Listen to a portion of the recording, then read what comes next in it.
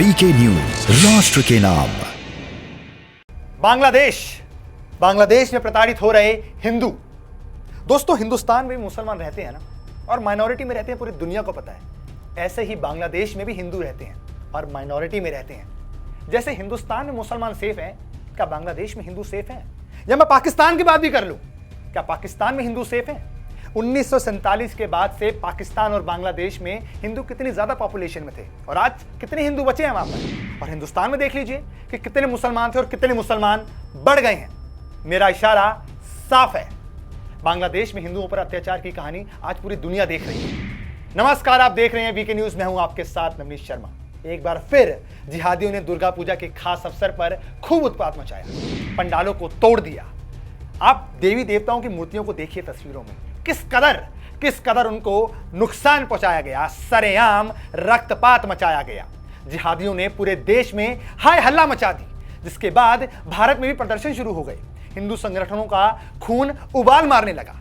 गुस्सा इतना ज्यादा कि इस मामले में शेख हसीना ने भी यह कह दिया कि उत्पात मचाने वालों को नहीं बख्शा जाएगा। और शेख हसीना हमेशा ऐसे ही करती हैं। कोई भी काम अगर बांग्लादेश में हो जाता है, जितने भी हिंदू अगर मारे जाएं, वो बस बयान दे देती हैं कि इन लोगों को नहीं बख्शा जाएगा और उसके बाद पीछे हट जाती हैं और हिंदू फिर भी मरता रहता है।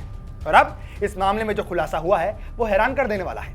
बांग्लादेश के कोमिला की पुलिस का यह कहना है कि उन्होंने हिंसा भड़काने के लिए जिम्मेदार व्यक्ति की पहचान कर ली है। कोमिला के पुलिस अधीक्षक फारूक अहमद ने ढाका ट्रिब्यून को बताया कि मामले में जिस व्यक्ति की तलाश की जा रही थी उसका नाम इकबाल हुसैन है। इकबाल हुसैन जाहिर सी बात है मुसलमान ही होगा। उसकी उम्र 35 साल है। आरोप है कि कोमिला जिले के सुजान नगर के रहने वाले हुसैन ने 13 अक्टूबर को नानुआ दिगर पर पूजा मंडप में कुरान की एक कॉपी रख दी थी। दावा किया जा रहा है कि इसका एक सीसीटीवी फुटेज भी सामने आया है।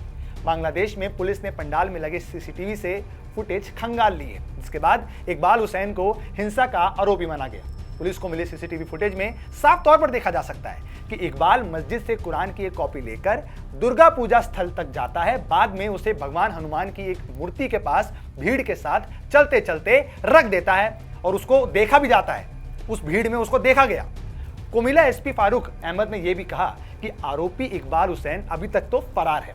उसकी अभी तक कोई ऐसी जानकारी नहीं है। जब तक उसको हिरासत में नहीं लिया जाएगा आगे की पुष्टि नहीं हो पाएगी। इकबाल के भाई और परिवार के अन्य सदस्यों को भी संदेह है। उन्हें शक है कि किसी ने उसकी मानसिक स्थिति का गलत फायदा उठाया और वह भी पुलिस को उसका पता लगाने में मदद कर रहा है। बता दें कि इस मामले में पुलिस ने 4 मामले दर्ज किए हैं और 41 लोगों को गिरफ्तार भी किया जा चुका है। गिरफ्तार किए गए लोगों में से 4 कथित रूप से इकबाल के साथी भी हैं। वहीं इकबाल की मां अमीना बेगम ने ढाका ट्रिब्यून को बताया कि वह एक ड्रग एडिक्ट है और लगभग 10 साल पहले कुछ पड़ोसियों द्वारा उसके पेट में छुरा घोंपने के बाद से उसकी मानसिक स्थिति खराब हो गई है। ऐसे में अब सबसे बड़ा सवाल ये उठता है कि क्या उसे मानसिक रूप से बीमार बताकर बचाने की कोशिश की जा रही है, क्योंकि विक्टिम कार्ड इन लोगों के पास बहुत हैं। कभी ये धर्म के नाम पर विक्टिम कार्ड खेलते हैं, कभी ये मानसिक स्थिति के नाम पर विक्टिम कार्ड खेलते हैं। लाइन लगी हुई है इनके पास विक्टिम कार्डों की और ये ऐसे अपना कार्ड सामने कर देते हैं कि भैया हम तो माइनॉरिटी है, इसलिए हमें बचा लो। सवाल इसलिए भी क्योंकि अब भी इन धर्मार्थ, इन घटिया मानसिकता के लोगों पर इसलिए सवाल अब उठना चाहिए क्योंकि कोई इन्हें मजलूम बताने लगता है तो कोई बीमारी का हवाला देने लगता है। सोचने वाली बात दोस्तों यह है कि जिस शख्स को मानसिक रूप से बीमार बताया जा रहा है उससे इतना ज्ञान था कि वो मंदिरों में जाकर कुरान रख दे और आराम से चले भी आए। ये बात तो हैरान कर देने वाली है। गौरतलब है कि बीते 7 अक्टूबर को बांग्लादेश में चांदीपुर के हाजीगंज उपजिला में दुर्गा पूजा समारोह के दौरान सांप्रदायिक हिंसा भड़क गई, जिसमें 3 लोगों की मौत भी हो गई। यहाँ 60 लोग घायल हो गए। इस दौरान चटगांव के बांसखाली, कॉक्स बाजार के पेकुआ और शिवगंज के चपाई नवाबगंज समेत कुल 80 से अधिक स्थानों पर हमले किए गए, जिससे पूरा देश में अफरा तफरी का माहौल बन गया। कई घरों को, कई दुकानों को लूट लिया गया।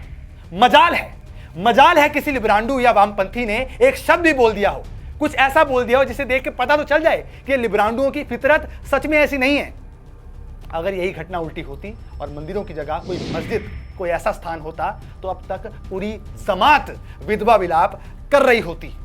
और ये लोग ऐसे ही करते हैं। इनका नैरेटिव इस देश में सेट है। कोई भी चीज अगर हिंदुओं के फेवर में हो उसे अगेंस्ट बता के वामपंथी ये लोग जो हैं छाती पीट के रोने लग जाते हैं। आपको क्या लगता है आप जरूर बताइए कमेंट सेक्शन में और देखते रहिए वीके न्यूज। ये है ड्रीम मीडिया नेटवर्क